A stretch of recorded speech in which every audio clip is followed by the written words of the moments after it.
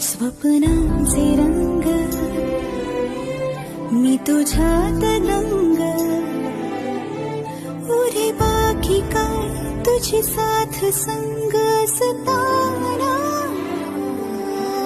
आकाशी चंद्र चांदण्या तोडून मी कहाणल्या, मनाचा पाळणा करू बांधून घे जरा झुला.